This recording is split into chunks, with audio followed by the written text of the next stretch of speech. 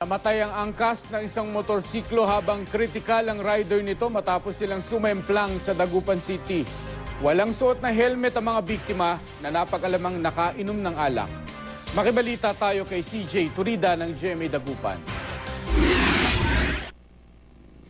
Sumemplang ang motorsiklong ito sa De Venecia Highway sa Dagupan City, dakong alas 12 ng hating gabi kanina. Tumilapon sa di kalayuan ng rider at angkas nito. Rumisponde ang emergency unit ng lungsod. Unang pinulsuhan ang angkas. Maingat siyang inilagay sa stretcher para mailipat sa ambulansya. Isinunod ang rider ng motorsiklo. Nahirapan ang rescuers dahil sumubsob ang biktima sa concrete barrier. Maingat itong binuhat dahil sa kanyang kondisyon. Dinala ang mga biktima sa Region 1 Medical Center. Idineklarang dead on arrival ang angkas ng motor na si Baby Rochelle Fernandez.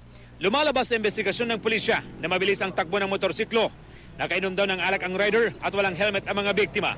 Ayun yung footrest ng motorsiklo na naging cause ng pagbangga sa malapit sa may tulay. Critical ngayon ang lagay ng rider na si Antonio Jan Salazar.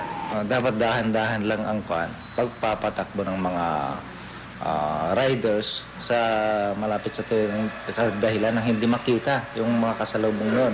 At pakyat po ito at magiging cause ito ng aksidente. CJ Torida, Nagbabalita, Pilipinas.